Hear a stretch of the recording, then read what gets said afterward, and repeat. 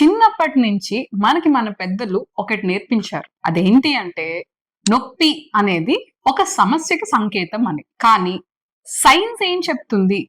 వైద్యం పరంగా నొప్పి ఒక్క సమస్యకి సంకేతమేనా? నొప్పి ఉంటే సమస్య ఉందని అనుకునే వాళ్ళు కొంచెం జాగ్రత్తగా వినండి. ప్రతి నొప్పి సమస్య కాదు.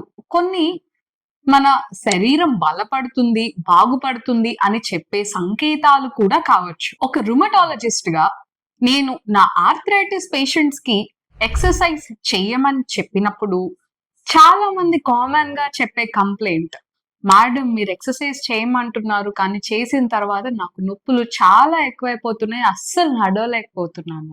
సో ఈ వీడియోలో వ్యాయామం చేసిన తర్వాత వచ్చే కండరాల నొప్పులు మంచివా కాదా, ఎటువంటి నొప్పులు వచ్చినప్పుడు మనం దాన్ని నెగ్లెక్ట్ చేయకూడదు, అసలు గుడ్ పెయిన్స్ ఏంటి, బ్యాడ్ పెయిన్స్ ఏంటి, వీటన్నిటి గురించి డీటెయిల్డ్ గా తెలుసుకుందాం. వేటిని మనం గుడ్ పెయిన్ అని అంటాము? స్ట్రెచ్చింగ్ సమయంలో మనకి వచ్చే నొప్పులు, లేకపోతే ఏదైనా గాయం అయిన తర్వాత అది మానేటప్పుడు వచ్చే ఒక లేత నొప్పులు, అవి కూడా మనకి మంచి నొప్పులే.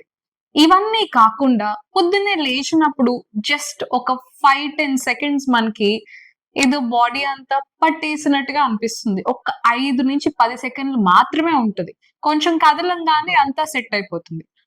వాటికి కూడా మనం భయపడాల్సిన అవసరం లేదు. ఇవన్నీ మంచి నొప్పులే. వ్యాయామం తర్వాత వచ్చే కండరాల నొప్పులు, ఇవి సాధారణంగా 12 to 48 అవర్స్ తర్వాత వ్యాయామం చేసిన తర్వాత మనకి రావడం అనేది జరుగుతుంది. ఈ నొప్పుల వల్ల మనకి బాడీ, మన శరీరం అనేది చాలా గట్టిగా బిగుసుకుపోయినట్టుగా అనిపించడం అనేది జరుగుతుంది. అయితే ఈ నొప్పులు కదులుతున్నప్పుడు కానీ లేకపోతే వేడి నీళ్ళ స్నానం చేసినప్పుడు కానీ తగ్గడం అనేది జరుగుతుంది. ఇది మన శరీరం, మన కండరాలు బలపడుతున్నాయని సూచిస్తుంది. అలాగే స్ట్రెచ్చింగ్ చేసేటప్పుడు వచ్చే నొప్పులు, ఇది మనం స్ట్రెచ్ చేస్తున్నప్పుడు మాత్రమే లాగేస్తున్నట్టుగా అనిపిస్తుంది.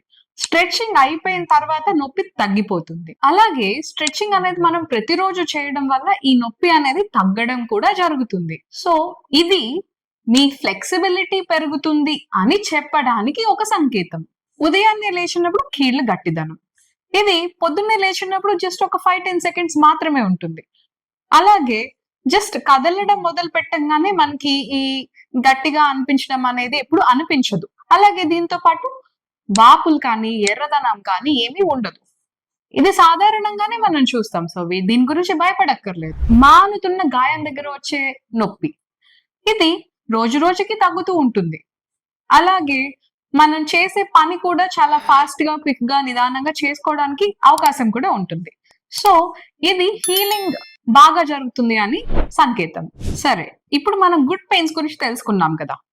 బ్యాడ్ పెయిన్స్, వీటిని నిర్లక్ష్యం చేస్తే సమస్యలు తీవ్రంగా మారి సరిచేయలేని స్థాయికి చేరుకుంటాయి. కీళ్ల నొప్పి, మీకు చాలా మందిలో చేతులు కానీ కాళ్ళు కానీ గుచ్చుకుంటున్నట్టుగానో లేకపోతే మందబారినట్టుగానో నొప్పులు వస్తుంటాయి. దాంతో పాటు కొంతమందికి వాపులు, ఎర్రదనము, లేకపోతే బిగుసుకుపోవడము చూస్తుంటాం. అలాగే వీళ్ళకి రాత్రిపూట ఈ నొప్పులు ఎక్కువైపోయి నిద్ర పట్టకపోవడం, పొద్దున్నే లేచినప్పుడు 1 గంట పాటు చేతులు కాళ్ళు బిగుసుకుపోయి అసలు చెయ్యి మడడానికి రాకపోవడము, నడవడానికి రాకపోవడము, నిదానంగా అది తగ్గడం అనేది చూస్తుంటారు.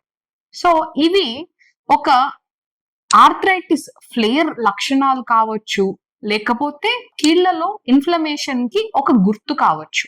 మన కండరాలు సాధారణంగా వ్యాయామం చేసిన తర్వాత కాకుండా ఎప్పుడు చూసినా నొప్పులుగాను, లేకపోతే ఏ పని చేసినా చాలా నీరసంగా అనిపించడము, లేకపోతే మరికొంతమందిలో లేచి నుంచోడానికి ఒక్క 1-2 మినిట్స్ నుంచున్న తర్వాత ఇంకా నేను నుంచోలేను, కూర్చోవాల్సిందే, ఇట్లాంటి ఇబ్బందులు కూడా మనం చూస్తుంటాం.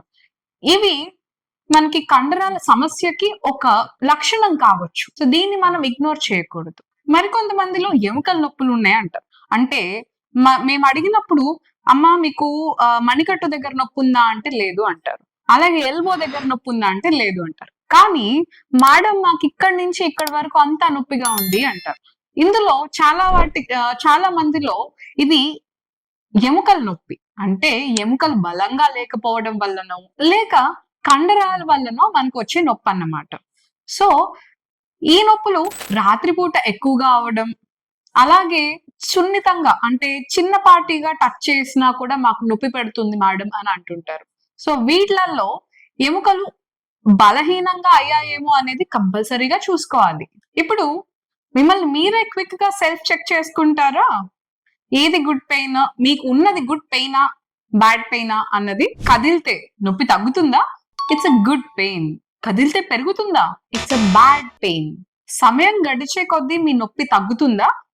అయితే it is a good pain. లేదు రోజు రోజుకి ఈ నొప్పులు పెరుగుతున్నాయా? Oh it's a bad pain. ఏదో ఒక్క జాయింట్ లో మాత్రమే నొప్పి వస్తుందా? Then it is again a bad pain.